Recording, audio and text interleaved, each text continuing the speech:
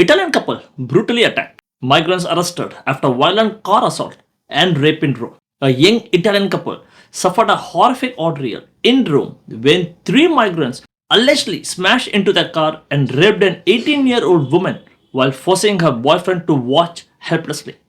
Police have since arrested three Moroccan men in connection with the attack. Now we'll take a closer analytical look at this story on the AI podcast. Welcome to the deep dive. Today, we're taking a necessary look at a convergence of sources that start with a recent violent crime in Rome. But these materials, they quickly pull us into something much larger, a really charged national debate in Italy about migration, public safety, and a major new law on sexual violence. And this is very sensitive ground. The sources are, they're packed with politically charged material. Our mission here, as always, is to be strictly impartial. Right. We're just here to extract the facts of what happened, trace the political reaction that's documented, and then, analyze the legal change that came out of it. We're not taking a position. That's the critical mandate. We're connecting three distinct points for you today. A specific tragedy, the political context that, really defines Italian policy right now, and a landmark legal amendment that lawmakers just approved last week. Okay, let's unpack this. We're looking at how a crime, which happened in late October, almost immediately became this national flashpoint that demanded a response. We have to start with the incident itself. The sources anchor this whole discussion to what happened on October 25th in Tortratest, that's in eastern Rome. Yeah. We're talking about a young Italian couple, a 24-year-old man and his 18-year-old fiancée. They'd parked in what's described as a pretty secluded area. And the accounts, they detail a terrifying and just incredibly rapid escalation. Tell us about that. Well, the sources report the couple's car was suddenly surrounded by a group of men. The assailants shattered the car window, and they did this while the couple was partially undressed. And they dragged them out of the car. They dragged them out. And this wasn't just, a crime of passion or something. The sources are clear. It started as a robbery, but then it escalated very aggressively into a violent sexual assault. The details in the reports are they're deeply disturbing. The sources confirm that the attackers pulled the man out first, and they held him down on the ground. And then, he was forced to watch the rape of his fiancée. It's horrific. The sources say he tried desperately to intervene with pleas, with threats, but he just couldn't free himself. And the perpetrators, they only fled after stealing some of the couple's belongings. So the victims called the police right away. Immediately. They filed a report that authorities described as documenting a terrifying and chaotic situation. And the state's response, it just signaled how serious this was from the very beginning. So what do the sources tell us about the investigation that followed? The arrests? Well, initially investigators thought maybe up to 5 men were involved. Okay. But the focus has narrowed quite a bit since then. Currently, 3 Moroccan nationals have been arrested. And they're charged with gang rape and robbery. Correct. And the sources made a point of mentioning the unit that handled the arrests, didn't they? Absolutely. The arrests were made by Rome's elite flying squad unit. Which is significant. Very significant. For you listening, the flying squad is usually for serious, organized crime, politically sensitive cases. So their involvement really underscores the priority this was given. And how quickly did the arrests happen?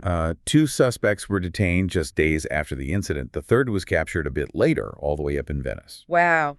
What was the key evidence that let them move so fast? A really critical piece of evidence mentioned in the sources is fingerprint analysis. From the scene? Right. Fingerprints lifted directly from the shattered car window, and they reportedly match the men who are now in custody. But the investigation isn't over? No, the sources are clear on that. They quote authorities saying the investigation isn't closed, so it leaves open the possibility of more attackers. But the speed of these initial arrests was definitely meant to calm public fears. And this brutal attack, it just immediately sparked a massive reaction all across Italy. It reignited what the sources call the country's tense national debate over immigration and migrant crime. And that political reaction is the lens, really, that we have to view the rest of this through. Prime Minister Giorgia Meloni's administration has, consistently linked discussions of illegal immigration to specific acts of violent crime, particularly sexual violence. So how exactly do the sources say that political link is made?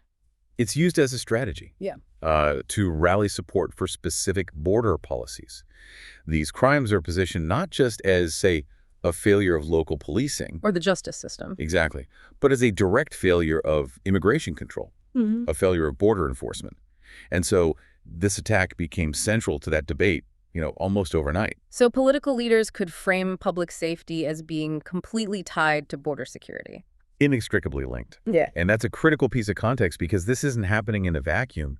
It's playing into a narrative that was already there. Right. The sources point to this distinct pattern of other recent high-profile cases involving migrants that had already been fueling public anger. Yeah, long before the Torture test attack. That context is just so vital for understanding why the reaction was so fast and so strong. It is. The public mood was already volatile. It was already on edge because of these other recent, very painful events that are all documented in the sources. Can you give us the specifics? What were the cases that were fueling this anger just before the Rome attack? Sure. So in February 2024, there was the widely reported Catania case. A 13-year-old girl was reportedly assaulted for half an hour by a group of Egyptian migrants. 2 of them were minors. And then there was another one more recently. Yes. Just this month, the sources highlight an incident in Lombardy. A 28-year-old Bangladeshi asylum seeker was accused of assaulting a 10-year-old girl inside a migrant center. So it's clear why the torture test case provoked such an immediate and, such a powerful reaction given that tragic backdrop. Exactly. And if we connect this to the bigger picture, the sources confirm this isn't a purely Italian phenomenon. It's a broader European pattern that's driving policy discussions across the continent. Okay, so let's pivot to those sources. Let's look at the continental view. Where else are we seeing the same thing emerge?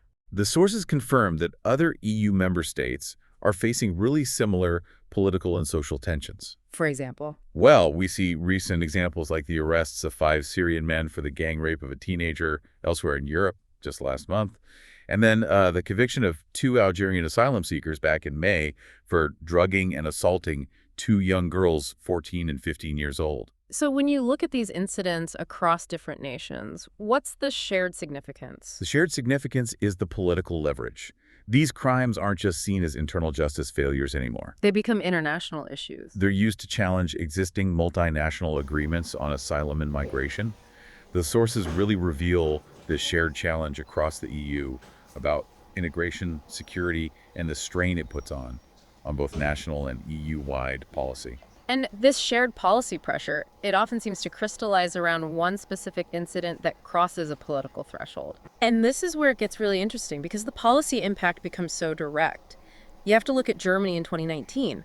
The sources mention one of Europe's most infamous migrant crime cases involving Ali Bashir, a failed Iraqi asylum seeker. That case was a flashpoint, a true flashpoint, because of its scale and the systemic failures it exposed. What happened? Bashir was sentenced to life in prison for the rape and murder of a 14-year-old girl. And the gravity of that crime, it was amplified by the fact that Bashir was a failed asylum seeker. He should have been deported. I see. That led to this intense nationwide political upheaval in Germany. And what was the immediate policy fallout that the sources linked directly to that case? The sources confirm it led directly to a major reevaluation of asylum policies in Germany. Meaning what, exactly? Meaning they aimed to speed up deportations, especially for people convicted of serious crimes. It just shows this clear, measurable dynamic across Europe.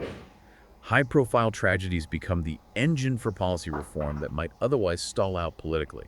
Which brings us directly to the action taken in Italy just last week. Yes. Amid this backdrop of national and continental anger, Italian lawmakers approved a landmark amendment.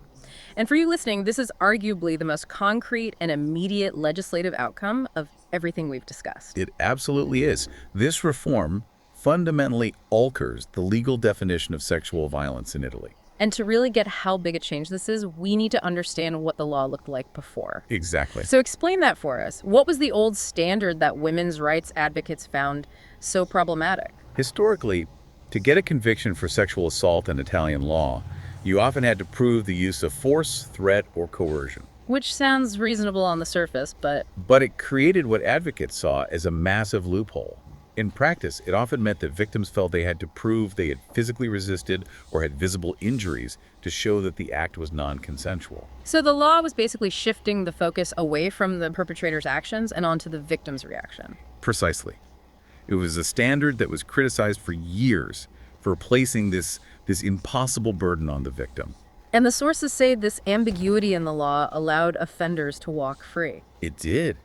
If, for instance, a victim froze out of shock or fear and couldn't demonstrate active physical resistance, even though consent was obviously absent, it became much, much harder to prove the crime. If there was no measurable physical evidence of a struggle, it was harder to prove. Much harder. And this legal vulnerability is what the political pressure, amplified by the Rome attack, was finally able to address. So what does the new amendment change specifically? The reform adopts a standard much closer to the principles in the Council of Europe's Istanbul Convention. Which Italy had signed but not fully implemented. Right.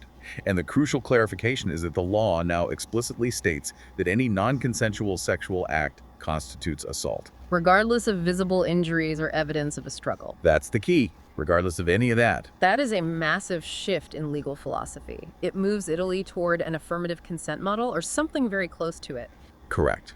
The focus shifts entirely to the absence of informed, freely given consent. It's no longer dependent on the victim proving they physically fought back. The law now recognizes that consent must be present, throughout the entire encounter. And that's a huge victory for the women's rights advocates who have been lobbying for this for years. Oh, they have universally praised it. Advocates argue this reform modernizes the legal code. It makes it significantly easier for victims to come forward. And it ensures that things like psychological coercion or shock can't be exploited as a defense. Exactly. It's a direct line from a tragic event, the torture test attack, and the political pressure that followed, to the momentum needed for a long-delayed legislative change. This has been a focused and an intense deep dive. We've traced the horrific facts of the Rome attack, we've detailed the arrests, we've placed the crime in that volatile political context of the European immigration debate, and we've analyzed the swift adoption of this landmark legal reform in Italy that's designed to better protect women. The sources, they really reveal a system under immense constant pressure. Italy remains deeply divided on immigration and security, that's clear. But the demand for justice and for systemic protection for victims has proven it can force legislative action. The public outrage, fueled by all these high-profile cases, it proved to be a very potent political force for reform. The sources make a compelling argument that national tragedy can act as the reluctant catalyst for systemic change that was already long overdue. Which raises an important question for you, the listener, as you put all this together. The sources show us how these specific tragic events forced the closure of critical legal loopholes in both Italy and Germany. So the tension remains.